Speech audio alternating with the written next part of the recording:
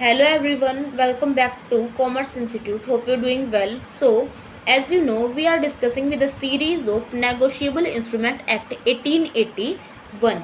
And today, in this video, we will discuss a topic kinds of negotiable instrument. There are three types of negotiable instrument. First is promissory note, second is bill of exchange, and third is check. And today in this video we will discuss first type of negotiable instrument, which is promissory note. So let's get started without wasting any time. First of all, we will discuss meaning of promissory note. कहते a promissory note is an instrument in writing containing an unconditional undertaking signed by the maker to pay a certain sum of money or to the order of person or the bearer of the instrument. यानी कि promissory note आपका एक instrument है जिसके अंदर return के अंदर लिखा जाता है. ये क्या होता है आपका एक अनकंडीशनल इंस्ट्रूमेंट है जो कि किसके द्वारा साइन किया जाएगा, मेकर के द्वारा साइन किया जाएगा. यानी कि जो इस इंस्ट्रूमेंट को लिखेगा वही इसके ऊपर साइन करता है. देन इसके अंदर क्या प्रोमिस किया जाएगा कि ही पे a certain some of money, कि वो एक सर्टेन सम ऑफ मनी को क्या करेंगे, पे करेंगे. किसको? ऑर्डर ऑफ अ पर्सन, कि जिस पर्सन का उसके ऊपर नाम लिखा हुआ है उसको पे करेंगे. Then bearer of the instrument, यानी कि at the time of maturity वो इंस्ट्रूमेंट जिसके पास है उसको उस मनी का क्या किया जाएगा, पेमेंट किया जाएगा. सो प्रोमिसरी नोट एक रिटर्न आपका इंस्ट्रूमेंट है जिसके अंदर कोई कंडीशन नहीं होती और इसके ऊपर जो साइन है वो इसके मेकर के ही होते हैं, जिसके अंदर मेकर क्या करता है, प्रोमिस करता है कि मैं एक सर्टेन सम ऑफ मनी को क्या करूँगा, एक सर्टेन टाइम पीरियड के बाद ऑर्डर्ड पर्सन को पे करूंगा या फिर मैच्योरिटी टाइम पर वो इंस्ट्रूमेंट जिसके पास होगा उसको उस मनी को क्या करूंगा, पे करूंगा. सो प्रोमिसरी नोट को एक एग्जाम्पल के थ्रू समझते हैं. सो ये है मिस्टर ए और ये है मिस्टर बी. मिस्टर बी ने क्या किया, कुछ सामान परचेज किया किससे, मिस्टर ए से. देन मिस्टर ए को ऑब्वियस बात है उसने कुछ सामान सेल किया तो उसको कैश चाहिए होगा. तो मिस्टर ए बोलता है कि मैंने आपको जो सामान सेल किया है उसके बदले मुझे कैश चाहिए. मिस्टर बी कहता है yes I want to give you cash, लेकिन मेरे पास इस टाइम पर कैश अवेलेबल नहीं है, मैं आपको क्या करूँगा 2 महीने के बाद कैश दूंगा.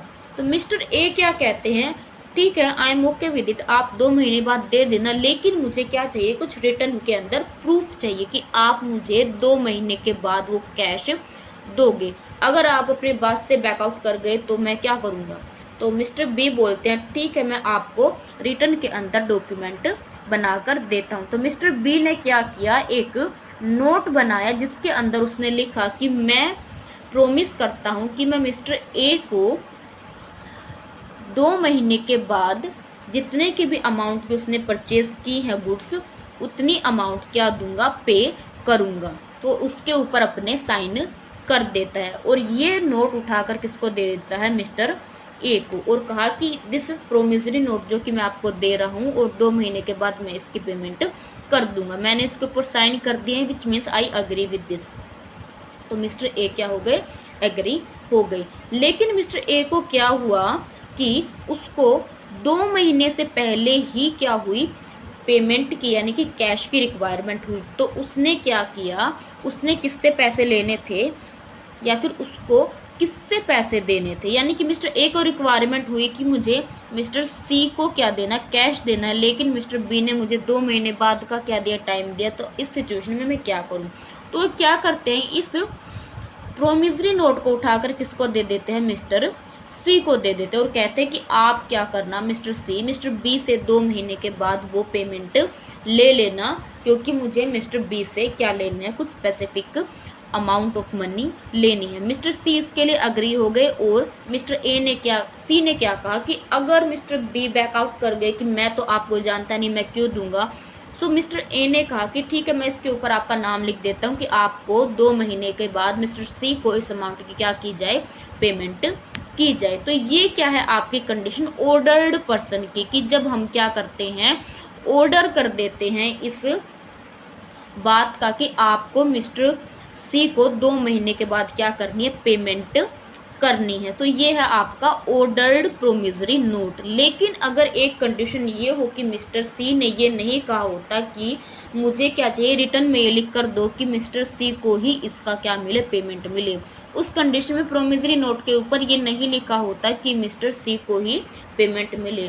तो जब ये नहीं लिखा होगा तो जिस पर्सन के पास मैच्योरिटी डेट के ऊपर वो प्रोमिसरी नोट ओनरशिप में होगा, वही उसके क्या लेगा, पेमेंट को एक्वायर करने का राइट होगा। तो ये कंडीशन होगी आपकी बियरर प्रोमिसरी नोट की। तो आपकी दोनों कंडीशन में भी क्लियर हो गई होंगी, what is ordered promissory note and what is bearer promissory note. So this is example जिसके थ्रू हमने प्रोमिसरी नोट को अच्छे से एक्सप्लेन किया, अच्छे से समझा, and I think this topic is clear to you. Then now we will discuss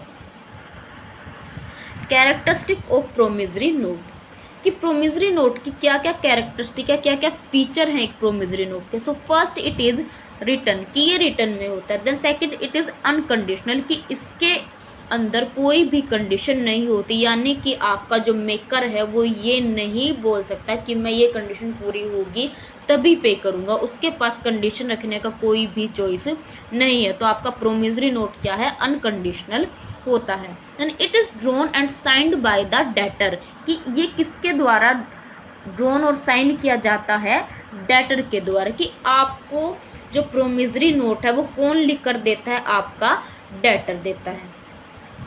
यानी कि इस कंडीशन के अगर देखे बात तो मिस्टर बी क्या है, डेटर है किसके, मिस्टर ए के, क्योंकि मिस्टर ए ने किससे पैसे लेने हैं, मिस्टर बी से पैसे लेने हैं। तो इस कंडीशन में मिस्टर बी ने ही लिख कर दिया ये प्रोमिसरी नोट किसको, मिस्टर ए को, जो कि क्रेडिटर है किसके, मिस्टर बी के। So promissory note is drawn and signed by debtor. Then it is drawn, it is not grown, it is drawn in country's currency, कि आपकी जो कंट्री की करेंसी है, यानी कि इंडिया के अंदर प्रोमिसरी नोट अगर लिखा जाता है तो रुपीस के अंदर ही लिखा जाएगा, हम इसको डॉलर या फिर जो पाउंड है उसके अंदर नहीं लिख सकते। जो आपकी कंट्री की जो स्टैंडर्ड करेंसी है उसी के अंदर हम इसको लिख सकते हैं। Then revenue stamp should be placed on promissory note, कि आपकी जो प्रोमिसरी नोट है उसके ऊपर एक स्टैंप ज़रूर लगी होनी चाहिए।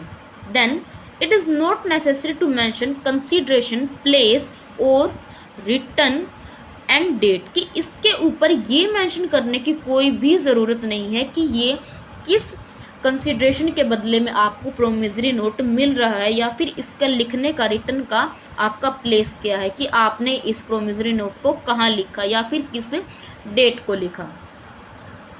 Then this is the characteristic of promissory note. I hope this is clear. The next is parties of promissory note, कि एक प्रोमिसरी नोट के अंदर कौन कौन सी पार्टी है। देन प्रीवियस एग्जांपल को ही लेते हैं, मिस्टर ए और मिस्टर बी। मिस्टर बी ने क्या किया था, मिस्टर ए से कुछ सामान परचेज किया था और मिस्टर बी ने क्या दिया था, इनको प्रोमिसरी नोट दिया था। देन इस कंडीशन में आपके दो पार्टी इंक्लूड है। फर्स्ट आपका मेकर, यानी कि जिसने प्रोमिसरी नोट को बनाया है, एंड सेकंड इज पे, यानी कि जिसको इस प्रोमिसरी नोट की पेमेंट की जानी है। तो इसके अंदर आपकी कितनी, दो पार्टी इंक्लूड होती है। First is maker and second is पे। सो this is all about today's topic and I hope this is clear, and if you have any query about this topic you can ask down below in the comment section, and don't forget to hit the bell icon so all the notification from Commerce Institute. Thank you for watching the video.